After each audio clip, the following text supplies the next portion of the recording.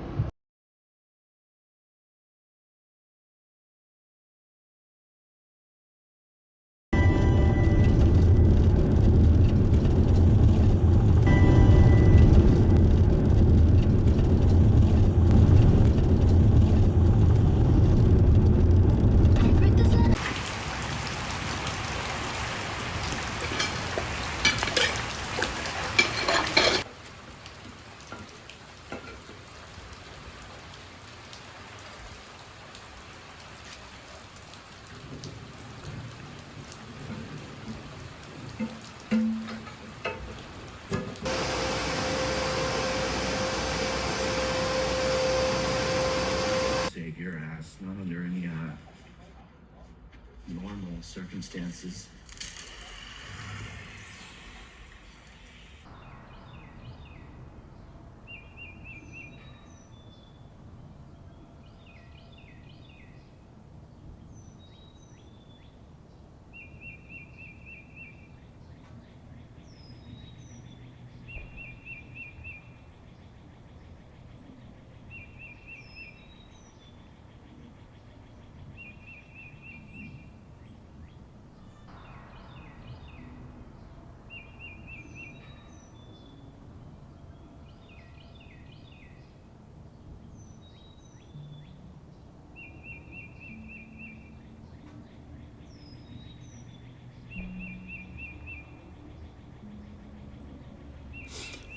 So I once had a dream that I was a young girl in a schoolyard that was both unfamiliar to me and very familiar to me, weirdly. And it was during recess, so everyone was playing around. And I was coming with a skateboard. I was driving a really long way down with a skateboard. I did some really cool ollies and flips and whatnot, jumping around. But in the corner of the playground, there was this kind of scary looking guy who had a dark aura to him. Like, his aura was so dark that you could physically see it. He was so scary that I didn't even try to look at him. So I could only feel this dark aura emanating, almost like smoke, from the corner of my eye. For a while, I avoided this person, but something about the person's aura was luring me in. So I went to the other people, like the other classmates in the playground, to ask them, hey, what's up with this guy? He just seems so like menacing and evil. And they all just kind of played it off as if it were nothing. So I was frustrated.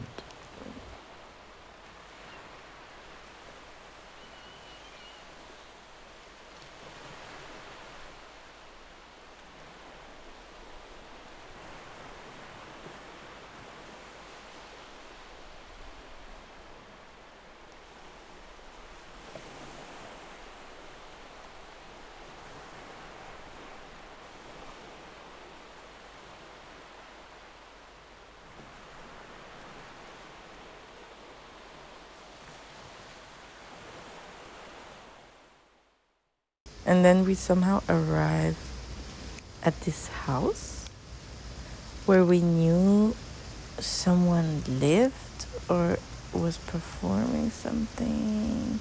Also, on this long way, actually, to jump back, I was walking through this long, big market, Straßenmarket, street market, with all these thousands of leather bags, and I'm like rushing towards something. Like I feel this sense of urgency, and there's like something that I really need to find out, but I don't know what it is. I know that I'm looking for someone, but I don't know who I'm looking for.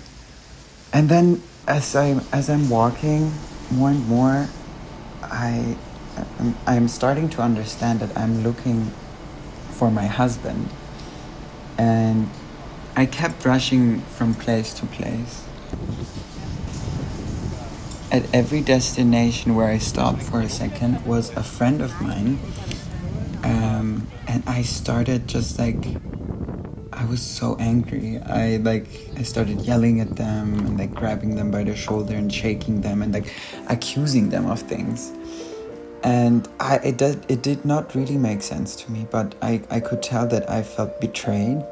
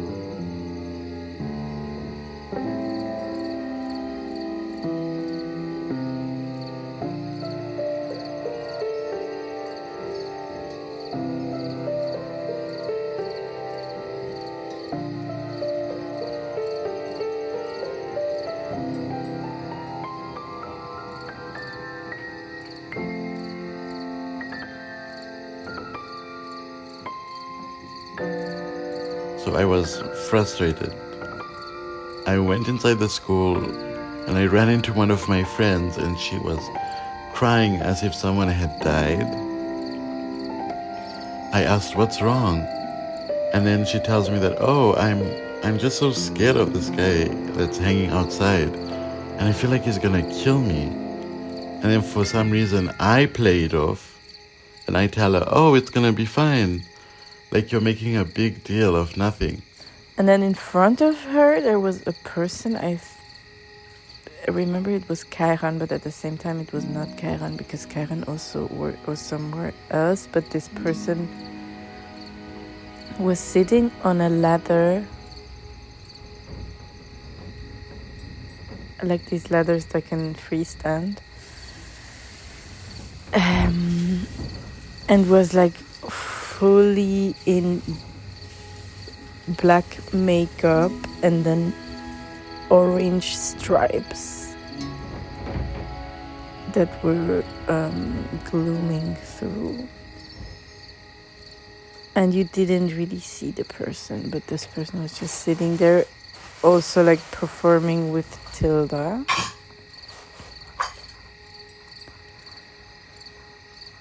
And then on the floor there was a huge piece of paper and they were writing sentences on the floor. And then we all tried to like read this sentence, but at one point the sentence stopped and there was like a huge lücke gap, and like several people were talking about what the word would be there, and they were like, no, but don't you see, Karen is drawing a huge castle there, so the castle is the word. So I proceed to interrogate friends.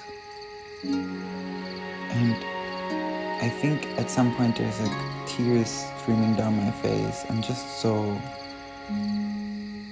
so devastated and hopeless.